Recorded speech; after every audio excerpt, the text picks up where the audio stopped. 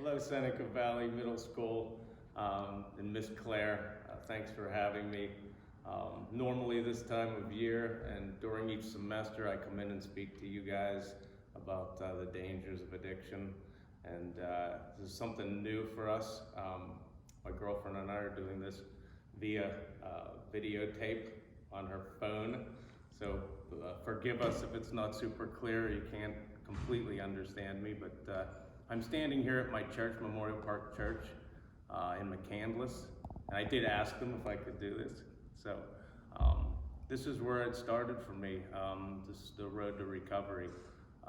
After years of addiction to drugs and alcohol, I found myself in here on January 6, 2013. In the evening, it was a Sunday.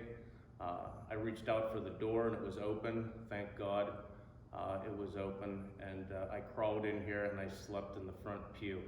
And before I fell asleep, I begged for help, and I begged God for help, and I really didn't know if anybody was listening. But I was out of options at this point. I had been in the hospital 17 times that past year. I was in jail approximately the same amount of times. I lost track. I do know one thing. Every cop in McCandless knew my name. I laugh now because now more pastors know my name than cops, I hope. But anyway, this is where the journey started for me. What happened to me was I begged for help. I woke up a few hours later and I walked out the front door, and I really didn't feel anything different. The only thing I was afraid of is that somebody saw me in here sleeping. I wasn't sure what time of night it was. I didn't know how long I slept. I was intoxicated, but do recall leaving here. When crossing the street out front, what happened to me changed my life. I was crossing the street in front of the church, and God answered my prayers. He sent an old lady in a 2007 Chevy Cobalt, and she almost killed me crossing the street. She shot me 75 feet into the cemetery, from the intersection into the cemetery, and my whole life changed at that moment. We're going to take you outside. I'm going to show you the spot where I was hit. Then we're going to take you on a little tour of my life. It's going to be a This Is My Life story. We thought we'd make it interesting and take you to some of these places that you don't want to go. You know, my life was pretty crazy, and we're going to take you to my middle school next, intermediate school, I guess it was, 9th, 10th grade. That's where I got started with the drugs and alcohol. I'm going to go there, and I'm going to tell you a little bit about what happened there and what to look out for when you're your age. So thanks a lot, thanks for listening, and we'll see you out front. Hi there, here we are out in front of my church. Like I told you, I was going to show you a spot just so you had an idea. I was crossing the street down at this intersection where these cars are coming around the bend because my house was on the other side of the cemetery. So I was pretty familiar with staggering through the cemetery. In fact, I slept here quite a bit. My house is about a half a mile away. It's no longer my house. I lost that as well in my addiction. But what happened to me was that I got hit crossing the street there, and the car knocked me all the way up here into the grass of the cemetery. I landed near this sign, and what I thought was really cool was the way the church is angled up here. The cross that I was begging for help in front of inside the church, I'm directly in front of that cross down here on the street where I ended up. A woman saw me land here in the grass and called the police. I did make the evening news again, you know, because I had been hit by the car. And I made it to the hospital, and obviously, and went through numerous surgeries, which I'll talk to you later about. But we're gonna head off to the middle school, and we're gonna do a full circle as to how I ended up here, starting with the beginning of my addiction, which started in middle school, in 9th grade. So that's where we're heading now. Thank you. Here we are at the old Shaler Middle School, where I was in 9th and 10th grade. And the reason I brought you here, not only is it on our way to a couple other spots that I need to get to, and thank you for letting me do this. The most important thing to us in recovery is being reminded where we came from. And this is all really important to me, to speak to you kids, you know, and hopefully help you learned some things that I didn't know about, which I'll bring up here. This is where I started drinking. The first time I really drank to excess, I was 15 years old. And what I want to talk about with that was that I was with my friend, and he stole a fifth of J&B Scotch, and turns out he's not alcoholic, and I was. But the one of the signs for an alcoholic, he had 2 drinks out of that bottle, and I drank the rest of the bottle, and I ended up choking on my puke that night. He was flipping me over to keep me from dying and suffocating on my puke, because when I start drinking, I can't stop. It's one of the signs, and it's not something that happened to me every time I drank, but later in life it did, and I wasn't able to control it at all. And what happened to me that very next day was my first day at work. I was 15 years old. I started working at a drugstore, and I had to go to work feeling that way, and I was so sick at work the next day. And what's funny is I couldn't wait to do it again. Drinking to someone like me is so much more important than it is to other people. You know, I hung out with other people that drank, I thought, like I did, and partied like I did. I was kind of like the jock that partied. You know, we were all athletes, weren't real serious about it, and we partied really hard. And that was the group of guys that I hung out with. I found guys that did what I like to do, and we liked to drink and we liked to party. And but I liked it just a little more than all of them. It turns out I was the only alcoholic in the crew. The rest of them grew up, you know, and had families and moved on with their lives, and I continued down that path. My friend and I in high school, I remember our dream was to buy a bar together, my best friend in high school. And that's probably going to be our next stop, the bar, because we ended up buying that bar. And what happened here, though, is more important. I was drinking here. My track coach, I was a really good half miler, which is now the 800 meter. You know, I would have ended up with a scholarship, and I threw that away. When I started drinking, my sport stopped. I didn't like being told what to do. It was funny here because the principal here was my track coach, and he liked me a lot. And I'd come into school 2 or 3 periods late.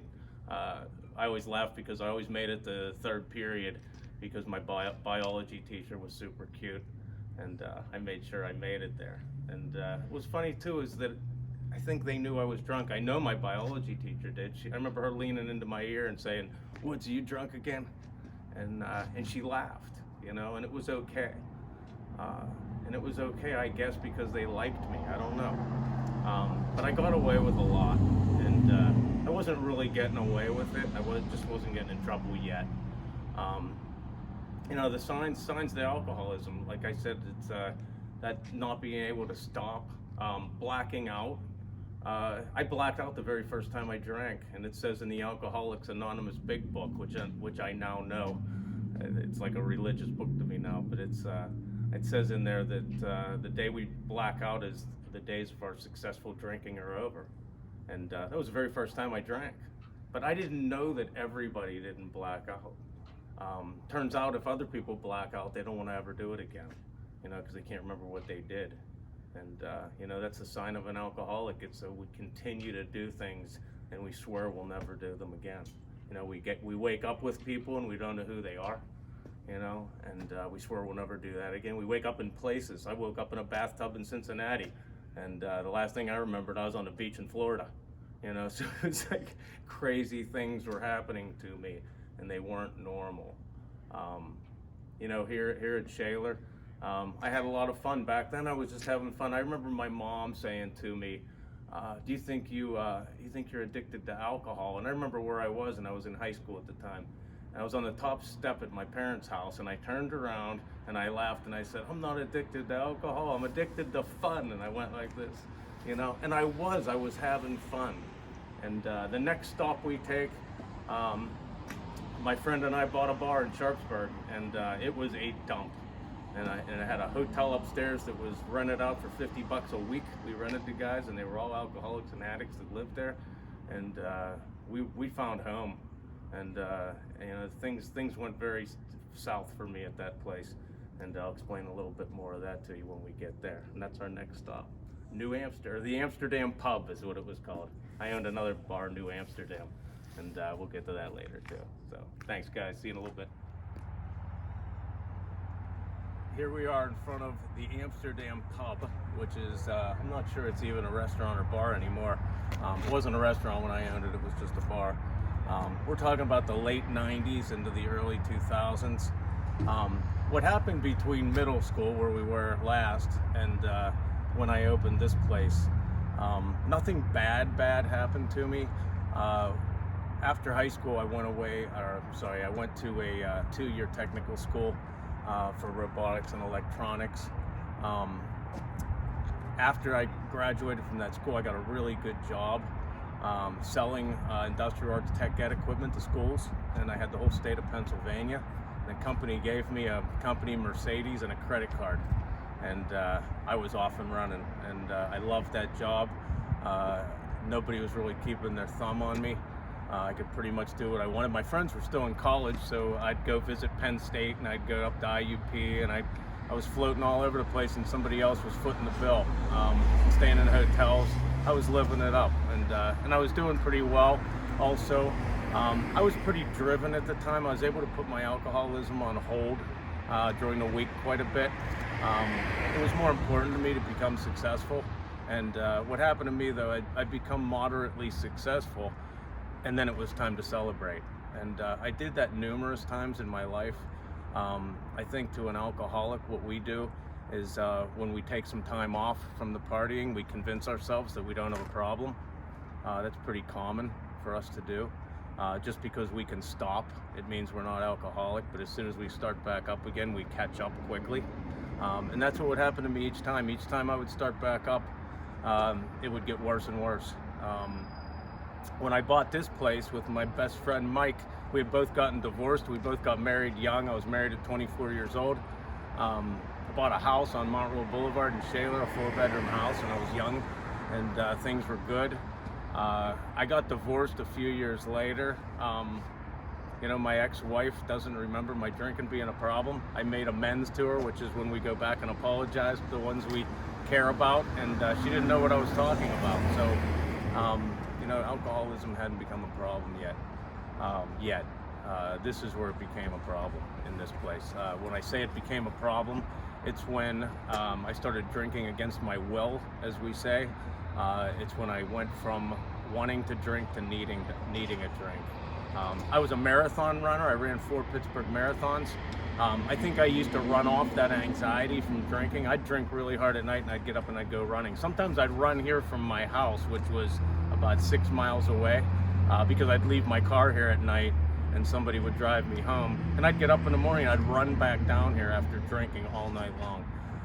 And I'd beat it out of my system. And what happened to me, one day I left my house and I went to go running, and I was so ill and I could barely walk back to my house. And I remember it was the turning point. I owned this place. It was a turning point in my drinking. I walked back to my house, and I remember I sat down. I had a bar in my living room, of course, and my roommate was one of my old friends from grade school, who was a bartender down here, and he lived in my townhouse with me. And I remember him coming down the steps. He said, "What is that?" And he heard something. He said, "It sounds like somebody's playing the tambourines." And it was me. I got back from trying to run, and I sat down at the bar, and I mixed myself a drink. And it was the ice rattling around in the glass because I was shaking so bad. And I had that drink, and I looked at him, and I'll never forget it. And I said, "That was easier than a 10-mile run," because instantly I felt better. And I discovered the morning drink. And the morning drink, or the hair of the dog, or whatever you want to call it, that gets rid of those shakes. But what happens is our bodies become used to alcohol being in them constantly. And then when we don't drink, we go through a withdrawal, we begin to shake. So that's where that all started. When I was down here, I also discovered something that allowed me to drink more, and that would be cocaine. And I was against it when we opened this place. I think it's one of those situations where you become your surroundings. And this was not an area that I normally hung out in, and I bought a bar down here, and there was a lot of cocaine and drugs floating around down here. And I think the longer I was here, the more I realized that they weren't that dangerous. And somehow I just accepted it as being normal. And it allowed me to stay up longer, drink more, and what that caused was my body to need alcohol on a daily basis. My friend and I decided to sell this bar, and we were only a few years into owning it. But I remember saying to him that one of us is going to die if we don't get out of here. And I think that was where I started blaming the situation. We call it geographical change in Alcoholics Anonymous. And the problem is I took me with me when I left here. And that's kind of a running joke in Alcoholics Anonymous, that unfortunately we take us with us, you know, and the problem is in here. And my AA sponsor once told me that when I came into AA, we should all get this sticker to put on our mirror at home, and that would say, "You're looking at the problem." And the problem was just inside me. It wasn't the situation, it wasn't the area I was hanging out, it wasn't this place, it was me. And I was burying something, I was burying feelings, I was burying things that I didn't like dealing with alcohol and drugs. And we're gonna move on from here. I sold this place in 2001. And with some of the money, I bought a Harley. And I thought it was a great idea to buy something with two wheels. I'm not sure why. But what I did with that motorcycle was I used it because driving a car, I didn't want to kill somebody else. And I showed my camera girlfriend on our way down here how I ran down a ramp coming into Sharpsburg, where we are, and drove up the steps of the 62nd Street Bridge in a brand new Jaguar. And that was at 8:30 in the morning. And it scared the hell out of me, and I thought, you know, what if there were school kids standing at a bus stop, and I would have ran right through them and killed everybody. So on this motorcycle, if I wrecked that, I was only going to kill myself, and that's how I looked at things, and I really didn't care if I died. So we're going to move on from here to a bar that I used to hang out at. After I sold this place, it was near my house. It's where I left on my motorcycle and almost died in 2003. So we're heading up there now. We are at the beautiful Mount Royal Inn, where I used to spend a good part of my life. It's sad to me, and actually one of my friend's wives just drove by here and stopped and said hi.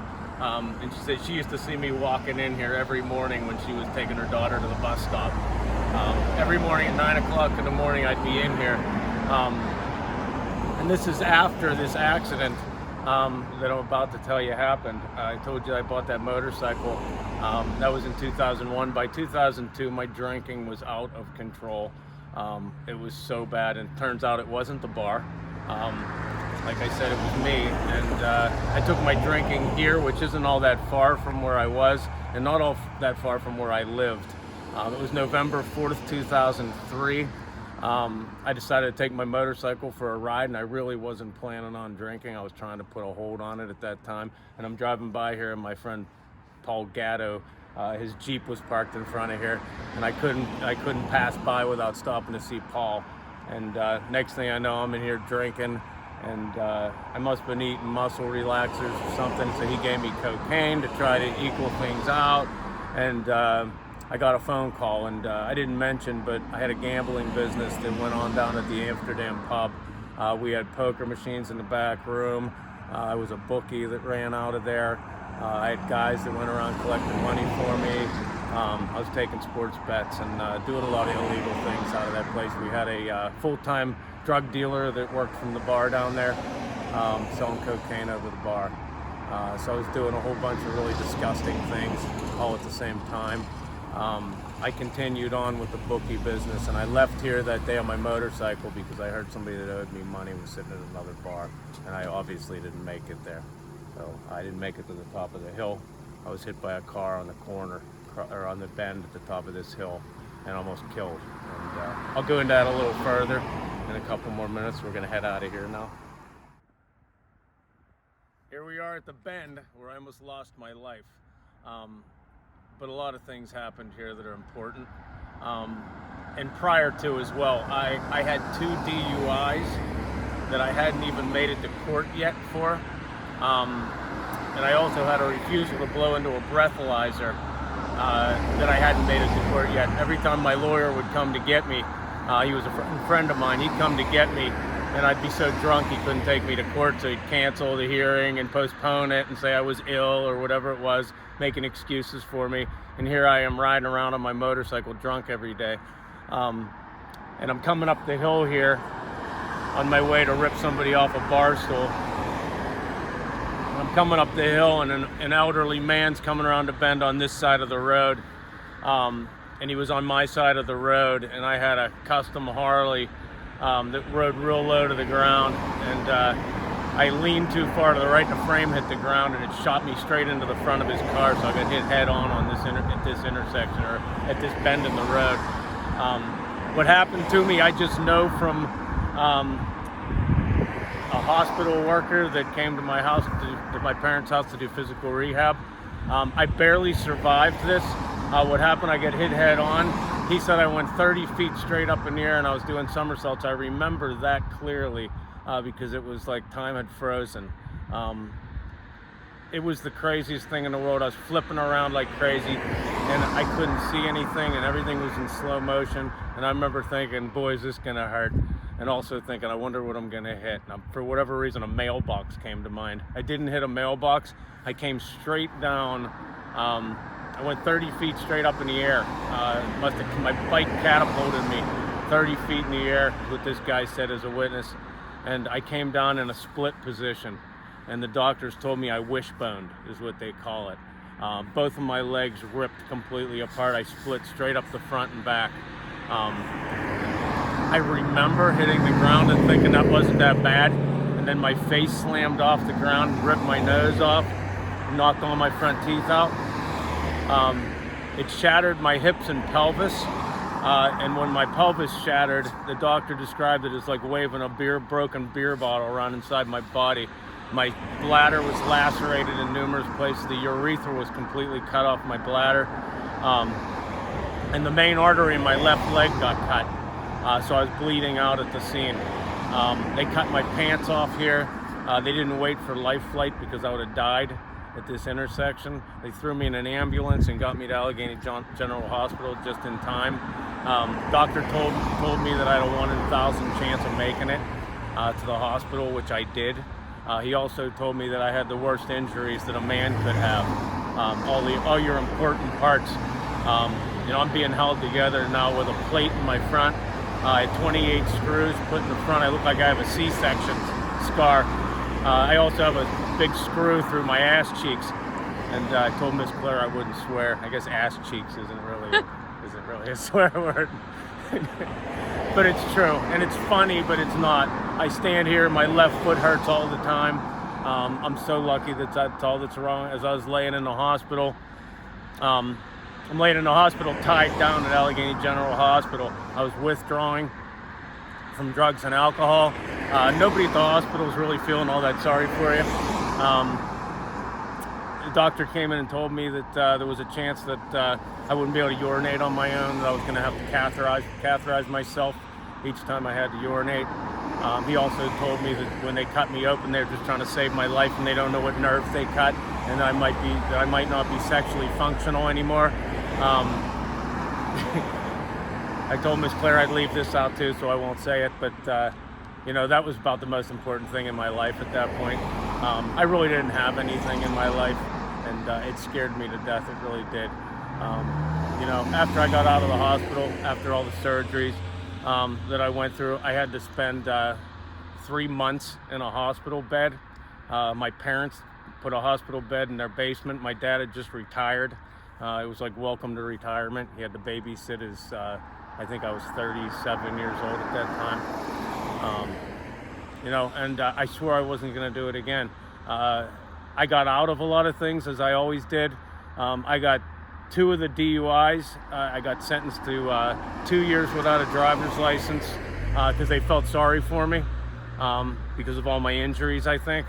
And 30 days house arrest is all I got for that. And I was facing a year in state prison, which it was the equivalent to 4 DUIs, which is state prison time. And that was all in the same hearing in front of the same judge because they had all built up to that since I hadn't made it yet. I swore that I was never going to do this again. After I got out of that hospital bed, The very first day I was allowed out, I went to see my friend who used to manage my bar down here, and he was working at another bar. I just went to see him because couldn't wait to get out of the house, and I was allowed to walk again. I was in so much pain. I didn't have any of the injuries they said I was going to have. They told me I was going to have drop foot and be dragging my left foot along because I had bad nerve damage in my left leg. I do have pain in that, but I'm able to walk. I'm able to still run. And I swore, and I was happy that I had this pain in my foot because every time I took a step, it was going to remind me how stupid I was. And I was never going to do this again. And they put me on a lifetime supply of pain pills, which I was super happy about. I didn't realize that my addiction was going to develop into a pain pill addiction, and it did very badly, very quickly. I met my wife, my second wife, the very first day I was allowed to walk. That friend of mine introduced me to her. She was a Miller Lake girl that I met at that bar the very first day I was allowed to walk. And the reason I bring that up is because she had two little girls, two little girls, a 2 and a 5-year-old. And I got sentenced also to time at Mercy Behavioral Center. I had to go there because I was a multiple offender on the DUIs. And I bring this lady, Judy, into the story because she said something at that multiple offender class, and I laughed about it. She said, 2/3 of you will be back here. And I laughed, and she said, what are you laughing at? And I said, I'll never be back here. And she said, why is that? And I said, I just met the most beautiful woman, and she has the 2 sweetest girls, and I would never, ever do that to them. And within 2 years, the cops are surrounding my house because they're looking for me again. The girls were having a sleepover party. I wasn't there. They looked through the closets. All the little girls went home, told their parents. Shaler School District, everybody in the district knew about this. And they found me. They found me at my parents' house, where my wife sent them to find me. And my parents were out of town. I was at their house, and they bashed my parents' door down and arrested me. And I still to this day don't even know why I was being arrested, because they were looking for me for so many things, and that was in such a short period of time. I had developed a huge drug problem at this point, and it was totally out of control. I'm going to let that there for now. It's cold on this corner, and we'll get back to you at the next stop, which I'm not sure where that's going to be yet. It might be all the way back at my place. See you guys. Here we are, back where we started. We're in the same cemetery, just on the other side in front of my old house. The reason I brought you here is the house that I told you that was surrounded by cops. That was a townhouse that my wife and the girls lived in, and I wasn't allowed to come back home when I got out of jail. I remember being mad at her for that, and I don't blame her now. She threw me out. I ended up in an apartment close by here, and that's where I discovered Memorial Park Church and Alcoholics Anonymous. I started going to Alcoholics Anonymous. This is in 2008. In January of 2008 was my first sobriety date. That's the first day that you go without a drink in recovery. And it was January 4th, 2008. I want to say that I wasn't all in, and that was the problem. I was blaming my problems on alcohol, so if I just stopped drinking, the problem would be solved. I was still smoking weed and taking pain pills here and there. And what happened to me was, I stayed sober 6 months. I ran into a friend at a wedding, and he heard I was sober 6 months, and he was buying a building in Lawrenceville, and it happened to be a bar, and it was right near Children's Hospital, where they were going to be opening the new Children's Hospital down in Lawrenceville. And he offered that bar up to me, and I took it, and I thought I was safe at 6 months sober. What happened, my wife and I got back together. We bought this beautiful house that's behind me, and 6 months later she was gone. She took the girls and left anyway. I laugh now when I say she didn't like me sober either, but unfortunately I wasn't really sober. I never really was. That whole thing about being clean and sober is so important to an addict, because what we do is just switch from one drug to the next until that drug becomes the problem, and then we move on to something else. And there's also a running joke that we'll always end up with our first love, and guess what? I ended up with alcohol, and that's what almost killed me in the end. So I went from alcohol, weed, pills, you know, and I blamed it on whatever the drug was and moved on to something different. And the drug was inside me all the time, you know. And the reason I brought us back to this spot, as we were driving, I realized how important it was, because I had a moment here, a moment where I realized that the problem was inside of me, because I had become very successful in a very short amount of time. Lawrenceville took off. I owned the first new bar restaurant in Lawrenceville.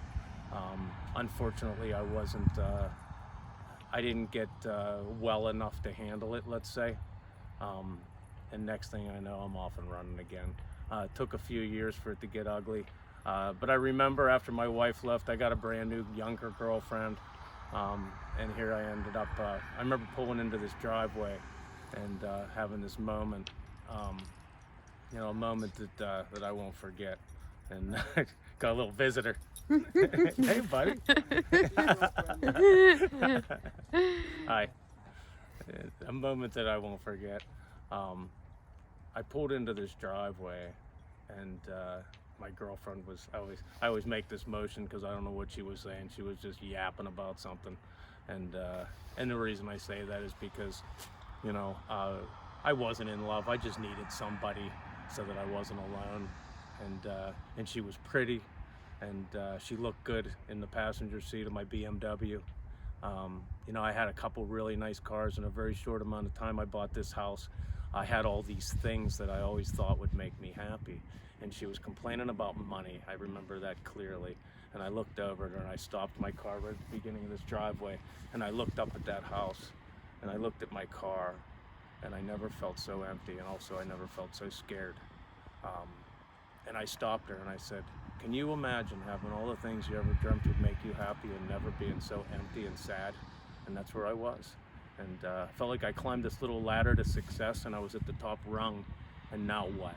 And the now what was better drugs, more stuff, you know. And that's what I did. And I went off the deep end with the pain pills. I was snorting 15 Percocet 30s a day at that point. I was making so much money down at that bar that it didn't matter. I was doing everything illegal again. I don't really want to talk about it. I'm not going to incriminate myself, but I was doing a lot of illegal things. And what happens is you don't feel good inside. We have a saying in Alcoholics Anonymous also, you know, being honest with yourself, how important it is. And I wasn't being honest with myself, so I didn't like me. And that's what's most important, you know. And I like me now. And I'm going to tell you a little bit about what we do now. I own, well, what happened to me after that accident over here that we discussed right off the bat. I was in really, really bad shape. And we're going to go back to my house now and sit in my office and talk about the rest, because it's getting really cold out here. And I know my video girl's getting cold, so we're going to go finish up there. But I just thought this was a really important place because I realized that stuff wasn't making me happy, you know, no matter what I had. So that's all. Hey kids, it's nice and warm now. Made it back to my house. We're in my office, and I wanted to finish up here. There's a lot of things in here I'm proud of, and I'll get to that in a minute. I wanted to recap real quick too. My girlfriend reminded me that not everybody knows what a Perc 30 is. I forget about that because everybody in recovery does. It's 30 milligram Percocets, which is an opiate for those of you that don't know. And at the time I was paying $40 a piece for them, and I was buying 15 a day. So it got to be a very expensive habit. Anyway, I could afford it. And I remember thinking to myself, because I had a few $1,000s left at the end of the month, I was doing well, you know, and I was still able to purchase all these pain pills every day. It's just the craziness of addiction. You know, I ended up losing that bar, the New Amsterdam. The first one was called the Amsterdam Pub. The second one's New Amsterdam. It's still there, I'm not. I threw that away.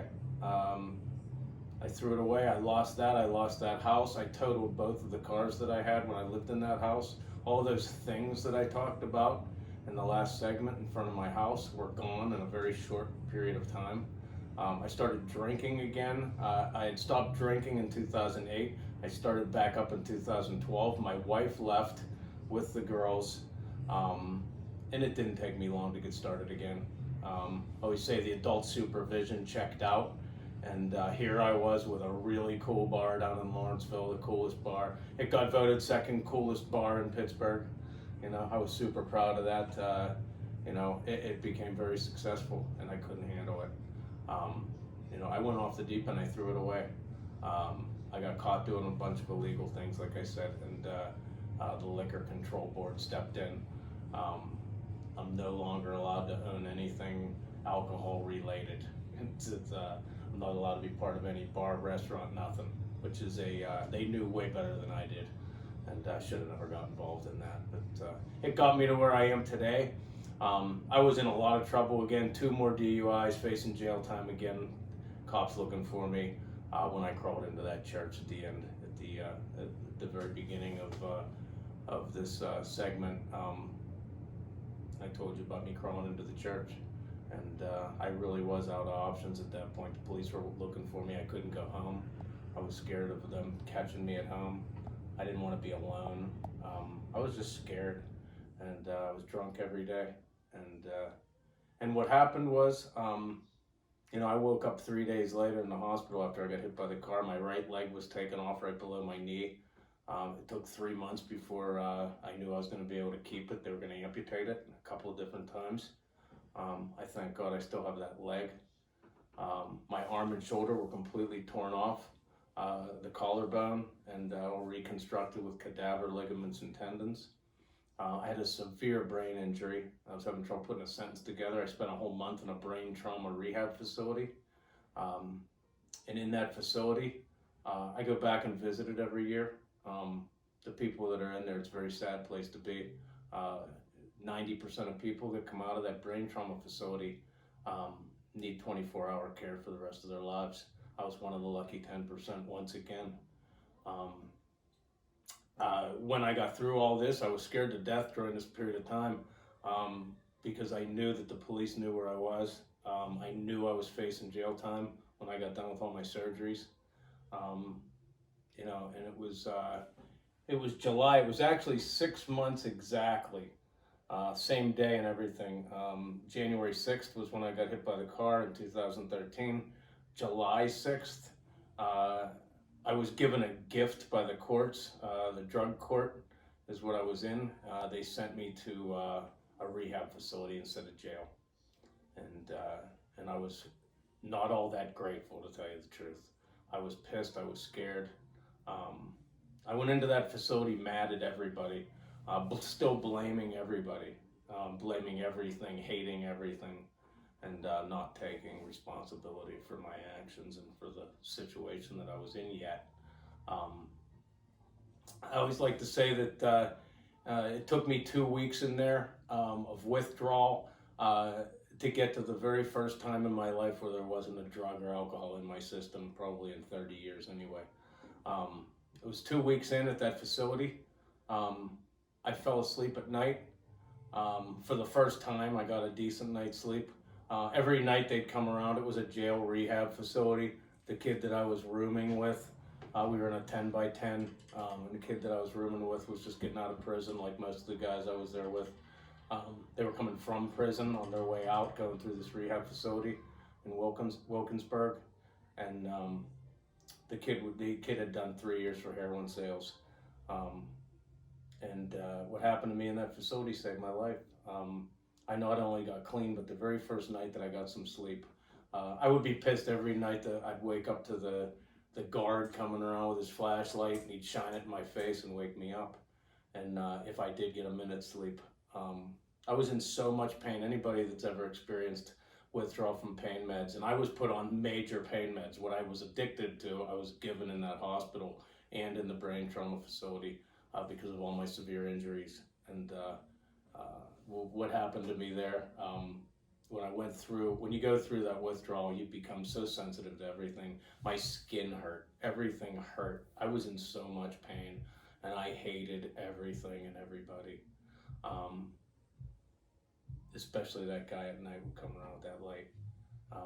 And on the 15th day when he came around with that light, I opened my eyes and there was nobody there, and it freaked me out. I closed my eyes. I thought I was imagining things, and I opened my eyes again. There was nobody there again, and I closed my eyes, and that light got brighter and stronger.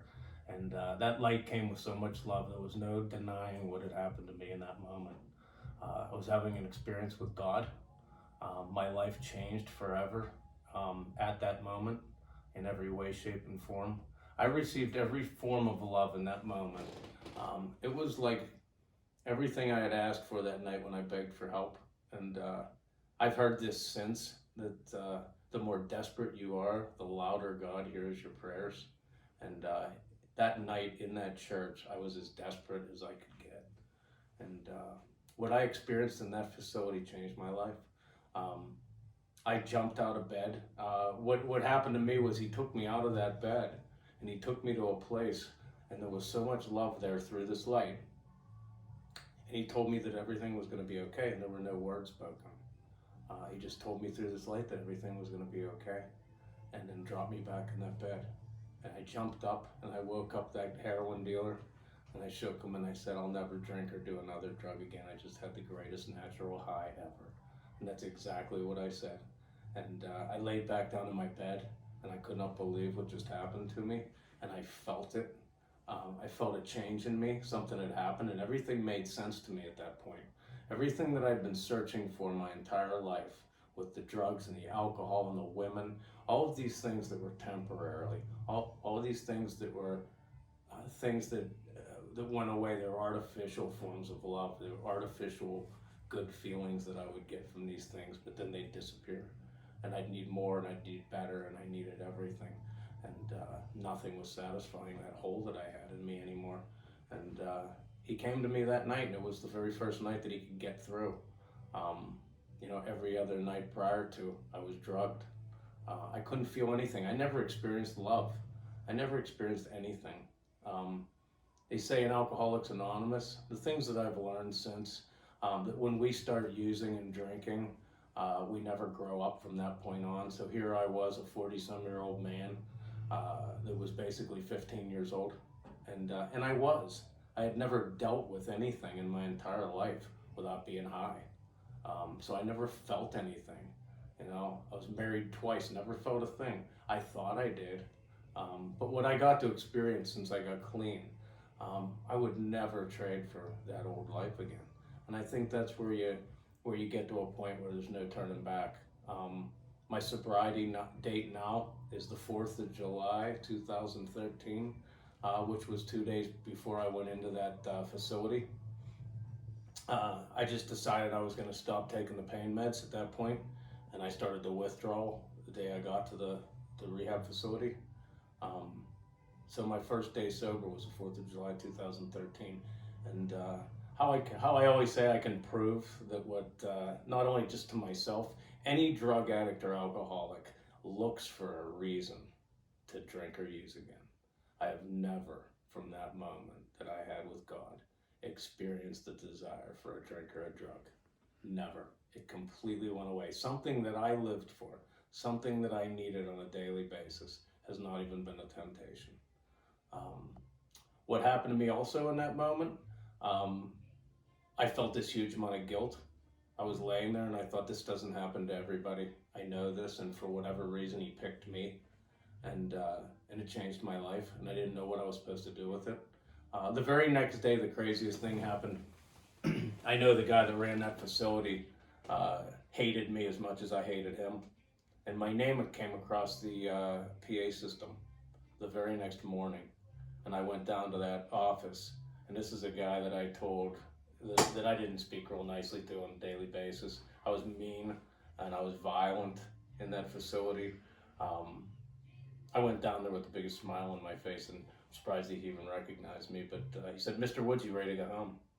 And I was sentenced to 30 days there, and this was my 16th day, I think. And I told him, I said, I'll go anywhere you tell me to be, because I'm supposed to be here right now, I know that. And what happened was I got out of there about a week early. I was released, I think, 5 days later. And I was wondering why I was being released. And I was being released because I needed to get to Gateway Rehab in Fox Chapel. where I would learn what I was going to do for the rest of my life. I was looking for signs from God at that point. And the sign was I walked into this meeting of all these younger people that were at Gateway Rehab. And the day that I got there, they were discussing what they were going to do when they got out. And they were discussing what they were going to do for a living when they got out. And it seemed like most of them worked for a guy like me, and they were scared to go back to work. And I had this huge amount of guilt. I was in the food service industry, the bar business, restaurant business, and you know, it was okay to come into work high. It was okay to come into work and get high as long as you shared it with me. It was okay to do all these things, and I allowed it. I promoted it while these people were trying to work, and had this huge guilt trip. I decided that I was going to do something to give these kids and people a safe place to work when they got out of rehab, just a safe place to be. And I started Mission Mahi not long after. It took me about 1.5 years to get back on my feet, literally. I was still having a lot of physical problems. And I was sentenced to almost 2 years of house arrest, which I would do 19 months of. I had an ankle bracelet on for 19 months. So in 2015, I started Mission Mahi, which is a food truck. And in 2018, I opened Mission Mahi, a restaurant in Cranberry. We closed during the COVID. And we may not reopen. I think God wants me to go back to the food truck only, and it's what I really enjoy. So we're still doing that.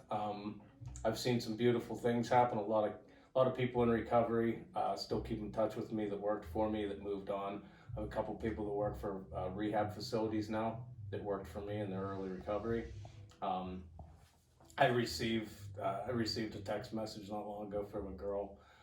She's down in South Carolina, and she said, "Hey Dad, how are you?" And I don't have any of my own kids, so when somebody says "Hey Dad" to me, it makes me feel really good, and know that I'm doing good things and I touch somebody in a positive way for a change. So behind me, I'm in my office in my house, and behind me, up on the wall here, I bought a display case for all the cards and letters that kids wrote to me, and there's some beautiful things up there. I became affiliated with a kids rehab in Gibsonia, and a lot of these letters are from the kids there. Some of them are from Seneca Valley kids, and in Miss Claire's class, and they mean a lot to me. So every day when I come down here in the morning, it reminds me why I do what I do, and sometimes even I need to be reminded. And I appreciate you guys more than anything, allowing me to tell my story, because like I said earlier, I need to be reminded where I came from, and I am every day, and I am so unbelievably grateful, I can't tell you. And I hope you all have a very Merry Christmas in spite of this crazy, terrible virus that we're experiencing, and you know, enjoy. And I hope I said something that someday touches you, whether it's now or someday in the future. I can also be reached if you have any questions. Mission Mahi, our Facebook page, the food truck Facebook page, has my cell phone number on it, so you can text me on that number. I usually don't answer if I get phone calls because I get so many of them, but you can text me on that number if you'd like me to reach back out to you. Also family members. I've had a family member from one of the girls that goes to Seneca Valley. Her dad came and worked for me in the kitchen. She brought him to Mission Mahi, and he worked in my kitchen for a while. And I hope I helped him and that family as well. So anyway, thank you so much. Have a great day, and I hope you all continue to do well up there at Seneca and get back to school someday soon. See ya.